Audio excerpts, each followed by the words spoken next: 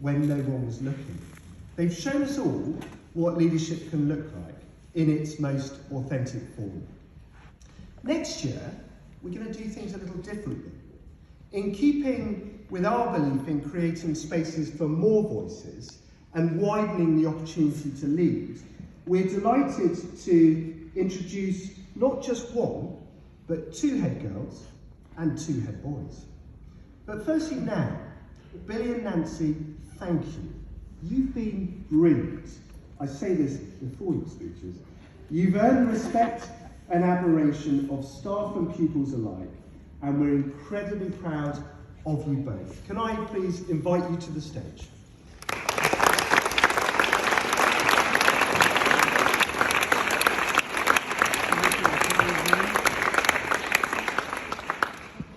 Good morning, everyone. For those of you who don't know my name is Billy. I've had the privilege this year to be your head boy. Now, before you start to worry, this isn't going to be one of those long, boring farewell speeches. I just want to share some of my best memories and say a big thanks to all that bishopsgate has given me. So I've rounded it down to a snappy 45 minutes for you all. Looking back over the past 4 years, one thing's for sure. We've learned to expect the unexpected when it comes to school life.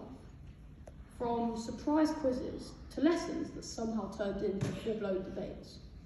I remember one particular history lesson when Mr.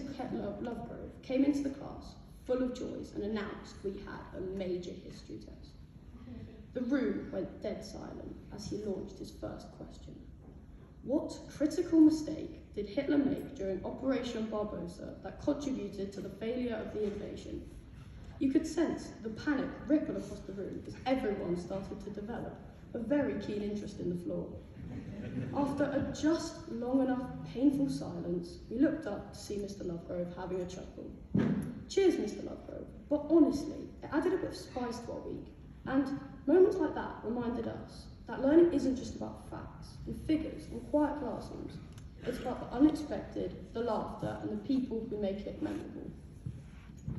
Looking back, some of the most unforgettable moments I've had at school have come through sport.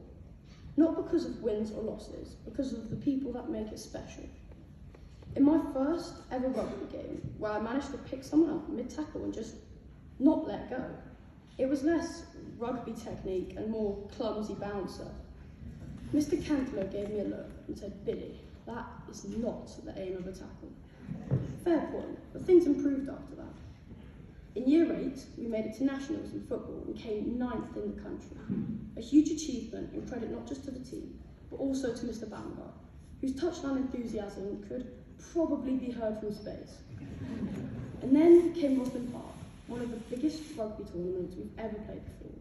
And of course, big thanks to Mr. Cottrell, or Gaffer as some called him, for keeping us going, teaching us the game and reminding us constantly that rugby is in fact a team sport, not WWE. Our year 8 trip to Transylvania was honestly one of the best weeks of our lives. Incredible scenery, proper adventure, and memories we'll never forget. Partly because 18 of us spent the last 2 days of it growing up behind various spots. No one's entirely sure what caused it. Rogue Romanian sausage, mystery mountain water, Dracula's revenge. Nothing builds friendship like sharing a tent or a sick bucket. Still, we laughed through it, powered on, and came home stronger than before. Before I wrap up, I want to say a huge thank you to all my teachers for guiding us, putting up with us, and somehow still turning up with a smile, most days. Mr. Baumgart, thank you for pushing me on and off the pitch. You played a big part in where I'm heading next, even if you did make some sessions feel like military training. And Mr. Lovegrove, thank you for just being yourself. Your good mood is genuinely infectious, especially those incredible dad jokes. To my parents, thank you so much for the support you've given me over these past 4 years. You sent me to this brilliant school and I'm truly grateful for that. Thank you for always being there through exams, finding misplaced school kit, and cheering me on from the sidelines of many pitches. Although, Mum, I'm still not quite sure you get the rules, but we'll get there. If I could sum up what Bishopsgate's given me in one word, it would be opportunity. I started in year 5 by doing 1 or 2 clubs, unsure of what I liked or what I was good at. But by year 8, I was doing a club nearly every day, from rowing and tennis to drama. Things I never imagined myself trying. Bishopsgate opened those doors, and I'm so glad I walked through them. So there's one piece of advice I can leave you with. It's this. Be courageous and take the opportunities the school gives you. You never know where they might lead you and what you might discover about yourself. As your outgoing head boy, it has been an honour to grow up in a school full of unforgettable people and incredible memories. Thank you all so much.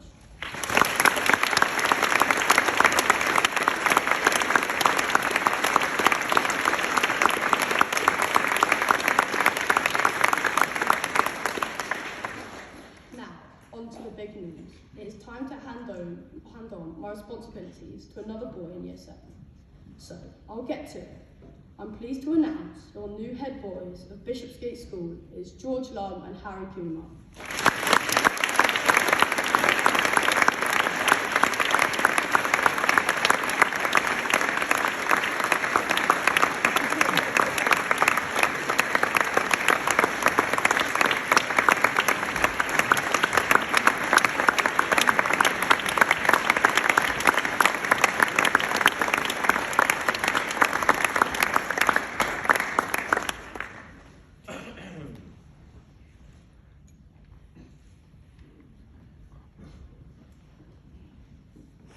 Ladies and gentlemen, esteemed governors, teachers, parents, honoured guests, and of course my fellow students. It's a rather surreal moment, standing here today, delivering a speech at my final Bishopsgate speech day.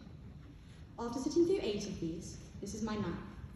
And I must confess, I often wondered what I would possibly even say if I were the one up here. Well, here I am. And in full honesty, I still wasn't entirely sure. So I did what felt most natural. I decided to tell you a story, my story, the lessons I've learned. Because if there's one thing I've truly learned, is that growth is rarely a straight path marked by neat milestones. It's a winding journey filled with detours and discoveries. Let's rewind to the very beginning. I was once that small child whose life mission was to conquer the monkey bars and finally join the legendary ranks of the big kids. In my imagination, I would soar effortlessly, a playground superhero in full flight. Reality, however, had other plans. I was far less graceful. I fell, spectacularly, and earned myself not just a trip to the hospital, but a lesson that has resonated ever since. Aim high, even if sometimes you end up landing dramatically and slightly concussed. As I grew, the monkey bars evolved into more meaningful challenges. One of my proudest moments was captaining Bishopsgate's girls' cricket team, though I did have to face some of the fallout, mainly from Florence, our resident expert in giving dramatic side-eye when she doesn't get to bowl. We weren't just playing cricket, we were rewriting the rule, occasionally without rooting at first. Every time we walked onto the pitch, we proved that courage isn't about smashing sixes, although that would have been nice. It's about taking a wildly ambitious swing, missing spectacularly, and standing there like you most definitely were supposed to do that. We realised that boundaries aren't just things you score, they're also things you're supposed to break. Then, Belf Transylvania, a trip that will stay with me forever, surrounded by mountains, caves, and the occasional bear. I learned that adventure often pushes you further than you think you can go, especially when you're half convinced a roar in the distance is either a wild animal or just Mr. Thacker passionately delivering an assembly somewhere nearby. The truth is, some of the most valuable lessons don't happen inside a classroom. They happen halfway up an outing, when you ask yourself how that ant ended up in your tent, or the realisation that you forgot the bear's home. Then there's rowing, a whole new kind of challenge. I'll never forget the first time Scarlett and I took a double out. We didn't just capsize, we slowly rotated, perfectly suspended at 180 degrees for what felt like an eternity. We sat there, in silent, mutual panic, thinking, surely we can save this. Spoiler alert, we absolutely could not. When we tipped in, it wasn't a dramatic crash. It was more like 2 shopping trolleys being gently pushed over in slow motion.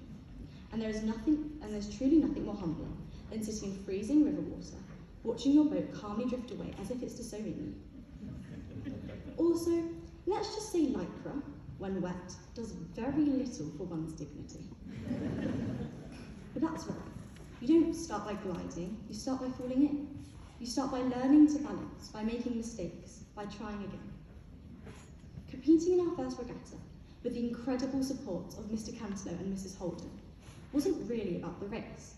It was about daring to try, pushing through when our legs gave up, and realising the real victory is simply getting back into the boat. But none of this, none of these memories, these lessons, these unforgettable moments would have been possible without the people around me. To our teachers, thank you. You've inspired us, challenged us, and reminded us to think bigger and braver. You've been our guides, even when sometimes we accidentally went off course, sometimes literally. But whilst I'm up here, I'd like to say a special thank you to Miss, Madame, Senora Bagley. You've been such an incredible support to me over the past few years. Somehow you've always known exactly what to say and exactly when to say it. Your advice and wisdom are things that I could truly treasure. I honestly don't think I could ever offer the kind of advice you've given me. Thank you from the bottom of my heart for all that you've done. And, as my father wisely reminded me, or to be entirely accurate, insisted upon with great enthusiasm, we must take a moment to thank our parents. You've been our foundation, our quiet cheerleaders, our tireless chauffeurs, and at times our rather persistent alarm clocks. You've offered us that gentle encouragement when we needed it, and, on occasion, delivered a firm push when we stubbornly pretended we'd never needed it. You've guided us, supported us, and let's be honest, filled out a concerning number of forms on our behalf. Without you, we quite literally wouldn't be here. To my fellow students, my message to you is simple. Be bold. Try things that scare you, things you think you can't do. Step outside your comfort zone, fall down a few times, maybe even spectacularly. But the only thing that matters is that you get up again, wanting to try again. Growth doesn't always look like success. Sometimes it's a scraped knee or a cricket bat swinging in thin air, but those are the moments that shape you. So as I finally prepare to leave bishopsgate, I carry these stories, these lessons, these friendships with me, and I hope you'll carry your own, and never stop creating new ones, because the best adventures are still ahead. Thank you all for being such an incredible part of my journey.